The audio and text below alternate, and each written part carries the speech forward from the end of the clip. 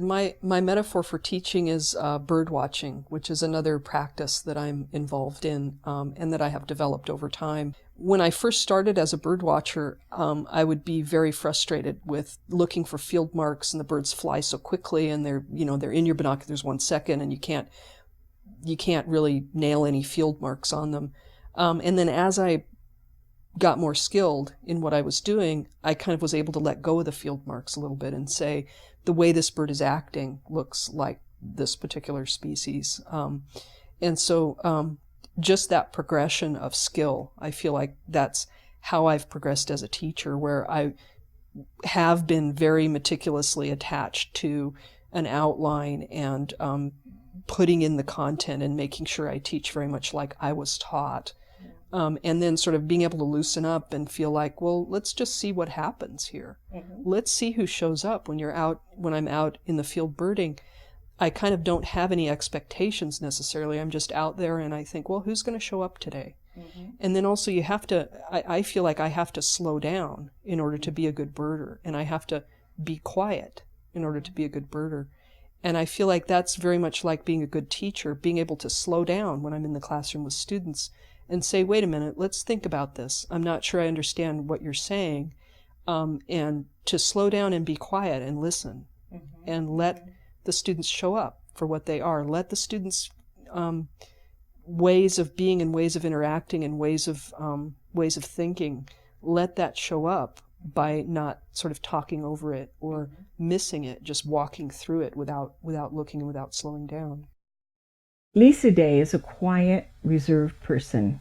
She's an astute listener who offers thoughtful questions and then clarifies and extends the answers that students give.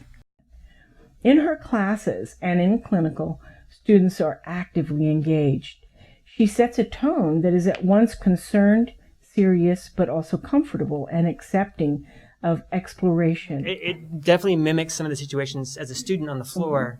Because, I can see these things and I have questions and I want to engage. But it's frustrating there because sometimes, I feel like I'm right, but other times I'm like, oh man, I'm just going to keep my mouth shut because I don't want to make a mistake. Yeah. So it creates those same feelings. It builds confidence sometimes, and then other times.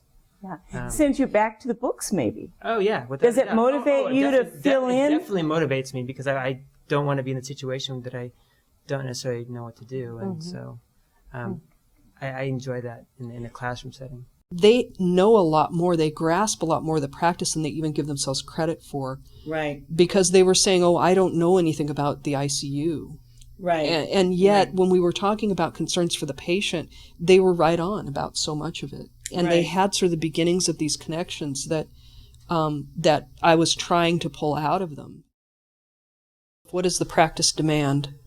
And what I'm trying to help the students engage with is exactly that, the demands of their practice. This is the practice that you've chosen to enter, and this is what it will demand of you, is to think, is to acquire these bits of knowledge and data and information and apply them to a particular patient. And so that's what I'm trying to do, is to help them. Okay, so I give a mini lecture on sepsis, and we look at the balance, the biochemical cascades that are going on and that are disrupted in the septic patient.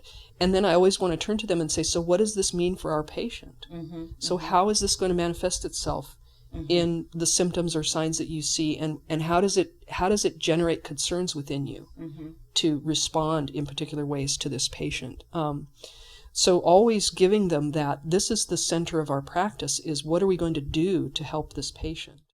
My own sort of path in teaching has sort of followed this idea of knowledge development in practice. What am I trying to accomplish with my teaching? I mean, I think that's such an important question. Packing all the content and then giving a lecture, and then my interaction with students would be me asking them a question and them answering the question, and then we move on. And what I realized, what I was really accomplishing with that kind of teaching is getting them really good at taking multiple choice tests. Right. And I thought, wait a minute, that's not really what I want to accomplish here. I want them to be good nurses. Right, right.